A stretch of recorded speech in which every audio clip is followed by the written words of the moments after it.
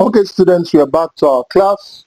And if you look at what we have on the screen, that is the code to generate our rectangle in HTML. But if you look at it, I have applied a line there, which we call apply the animation, giving us the arguments of the function animation, the arguments of that structure, of that module called animation. So you are going to be adding something called animation.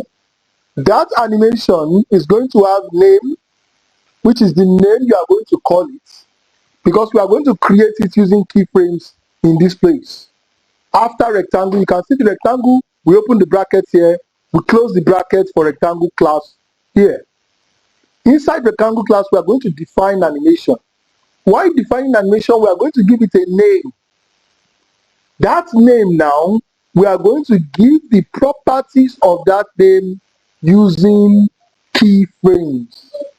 We are going to give the property of that name using keyframes. Is that clear? Now, that is the most important thing for now.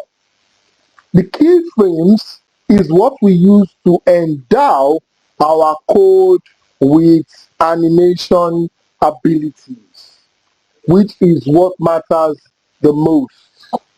Endow the code with animation abilities. Okay, now we are going to be going ahead with it, but first let us define our keyframes.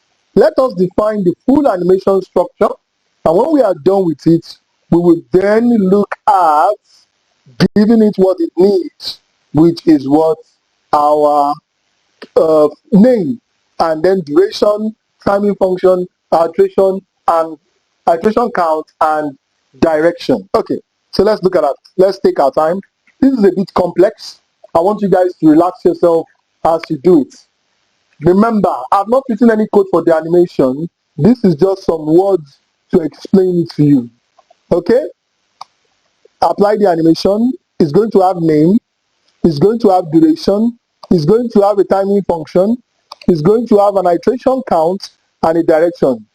What is duration? What is the name? The name is the name we are giving it. The same way we gave rectangle class a name called rectangle, we are going to be giving our animation function a name under keyframes, which I'm going to write down.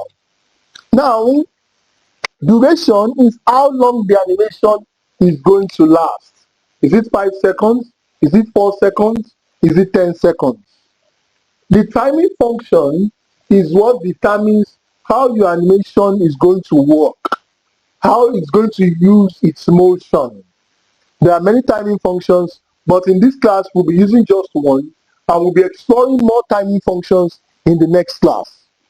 Iteration count means how many times is the animation going to do that thing that you want it to do. If it is moving in a circle, how many times will it move in the circle? If now, that is iteration count. Direction means that is it going to be moving forward, disappear back to the beginning, move forward again, disappear back to the beginning, move forward again, disappear back to the beginning, move forward again, or is it going to go forward smoothly, then do the opposite of the motion, meaning it will go from the starting to the end, and then from the end to the starting. Because if you don't determine the direction, it will go from the starting to the end, and then it will just go from disappear from the end to the starting. It will go again. It will disappear from the end to the starting. It will go again. It will disappear from the end to the starting. It will go again. It will disappear from the end to the starting. And that's not making for a good animation. It will not be smooth. But when we give it a particular direction, and the name of the direction I'll be specifying it in the next thing I want to do, that's when we allow it to go from beginning to the end, from the end to the beginning, beginning to the end, and end to the beginning. Is that clear? Now, the next code I want to write, I don't want anybody to complicate their lives looking at it as if it's complex. Take your time and write your code calmly. Okay? We are going to be applying something very interesting that we call keyframes. Okay, so it will write it like at keyframes. Okay, at, instead of dots, rectangle, at is used to call functions from the HTML world. As you write this file, as you create a file, something.html, there are some functions that exist already in that file. Now we can call on those functions. Are you getting me? Like the powers of HTML, and keyframes are one of them. So in this case, we are going to be calling on at keyframes, at keyframes, and then that is it. You can see it's a very simple word, at keyframes. It's not special, it's not anything, it's just at keyframes. Then we determine our name of the function. What do we want to name the function? In this case, we are calling it back and forth. Is that clear?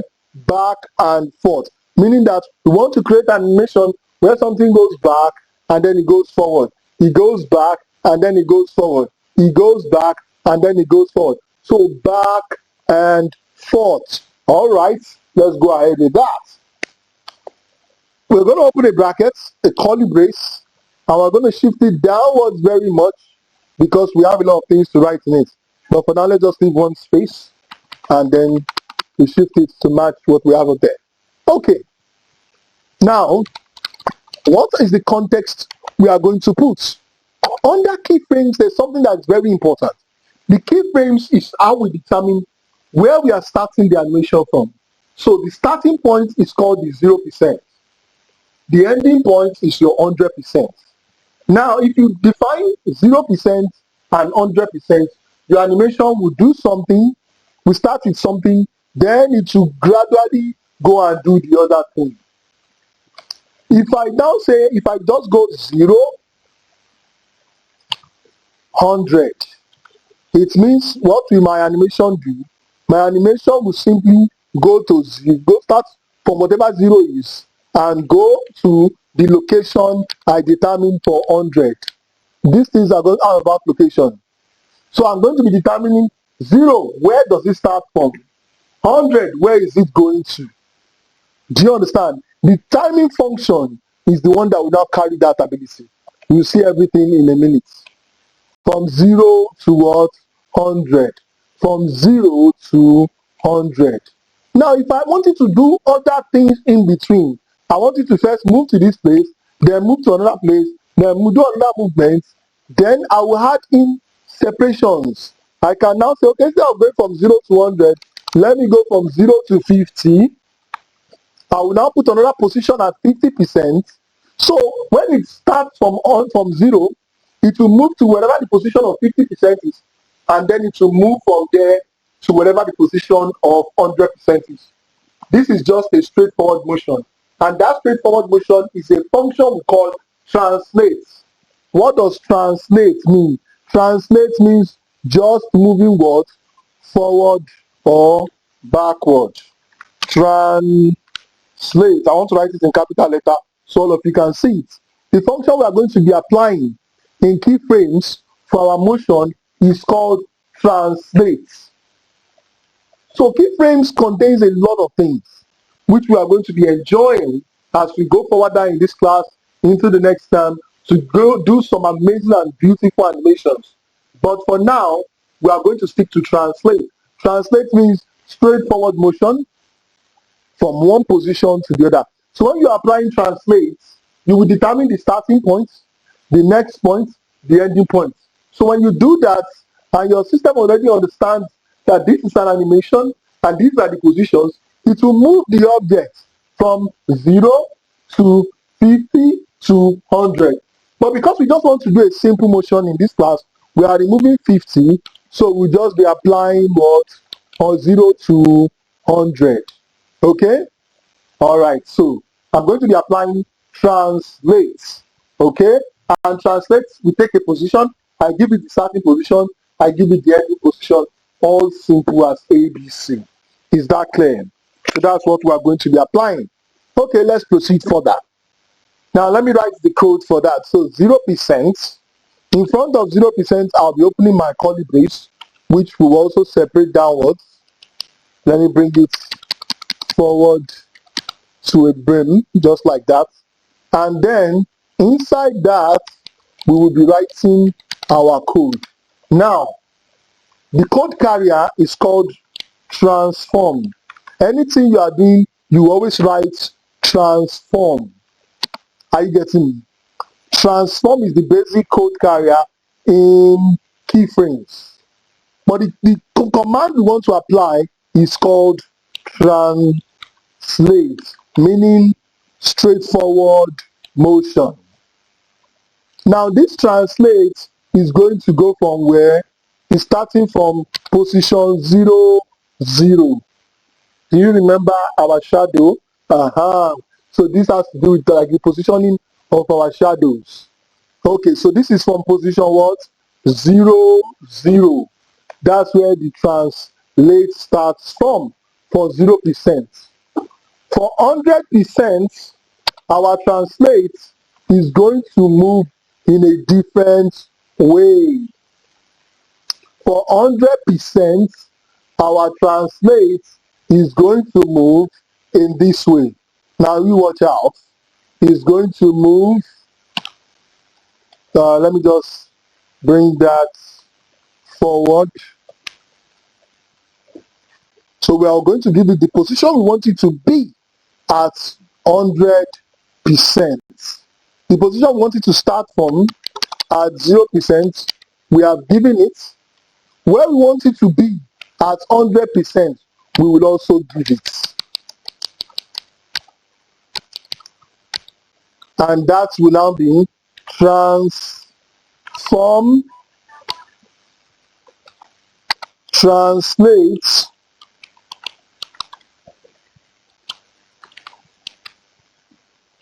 (200px, 0px). Now you can see I'm putting 200 because I want it to move only back and forth. The first one is the x-axis, which is horizontal. So I'm telling the system, start from 0, 0 and stop at 200, 0, meaning move on a straight line. If I make this place 0 and I make this one, the second one 200, that means I'm telling it start from 0 and go up to 200. Because y-axis is up and down. But in this case, we are going back and forward. So that is why we are going to go towards 200px. Is that clear? And that's why it's the first number. Okay?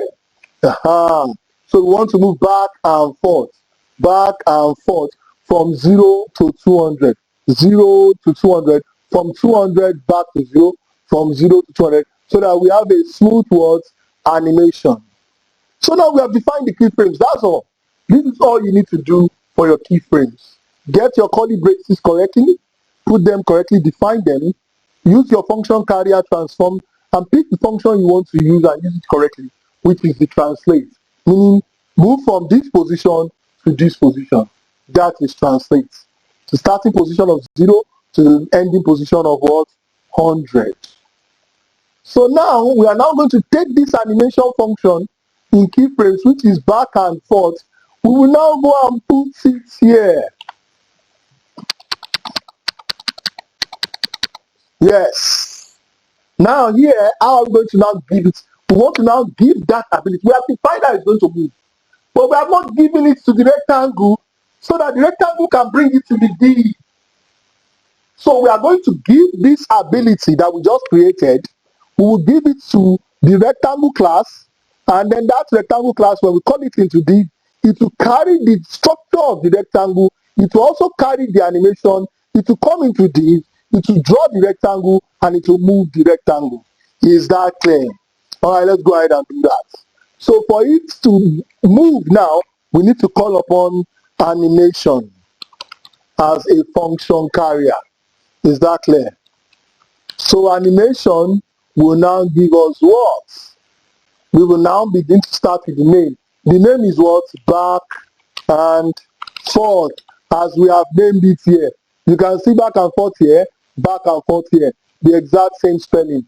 Don't miss your spelling, oh. All right, back and forth. And after that, what do we have? We now have the duration. This one will make it move for 4 seconds, back and forth within 4 seconds. Okay, and then the timing function. The one we are using today is called ease in, out. You can see we have many functions. Don't get confused. I'm going to make sure we repeat this in many classes so that you get used to these functions before we move to other functions. The functions we have today, we have ease in, ease out, we have transform, we have translate, we have keyframes. Don't let them confuse you. We have animation. We have to know the right places to use each and every one of them. Okay? Ease in, ease out. All right, the next one after ease in, ease out is your iteration count. We don't want it to stop. We want it to continue forever. So we use infinite. Infinite, meaning forever. And then the direction, we want it to go forward, then from forward to back. Not to go forward, disappear, go forward, disappear. No. We want it to go forward, from forward to back, from back to forward, like that. So we use alternate. Is that clear? And this is all. With this code now, you are able to instantly solve every problem. Instantly, you are able to move your system correctly the way it should be. Okay? All right. So there we go. That is our animation. Sorry, I'll be correcting this back to this 200 px to 0 px. Okay, so is that clear? Can we see everything? Is everything done well? Animation back and forth, 4 seconds, ease in, ease out, infinite, alternate. We are now going to take this code and we are going to paste it in our editor and see as it moves. Okay, there you are. We already have the code in the editor. Okay, so you can see it now. That is the code. And it is moving up and down because the one we have in the editor is, you can see where the value is 0 on X, is on Y. Let us remove this one and put the one we are bringing, which is going to be 200 on X and 0 on Y. And you can see, oh, it's now moving what? Back and forth, back and forth, back and forth, back and forth. Can you see? If I put 200, 200, it will start moving angular. You can see where it ran away. Okay, so now it's going from 0, 0 to 200, 200, which is in front. You can see the way it is moving. We are going to also do this multiple times in the next class. So if I remove this back to 0 px, we will see it's only going to go back and forth. If I take this one again to 200 and take this one to 0, up and down, up and down. Okay, so for your own classwork, you are going to create a blue rectangle that moves back and forth. That is all you are going to do. Create a blue rectangle that moves back and forth. Okay? In our next class, we will look at more interesting motions. We will repeat this over and over until you have mastered the functions. What are the functions? We have animation, ease in, ease out, keyframes, transform, and translate. And we have seen where to use all these functions and how to use them.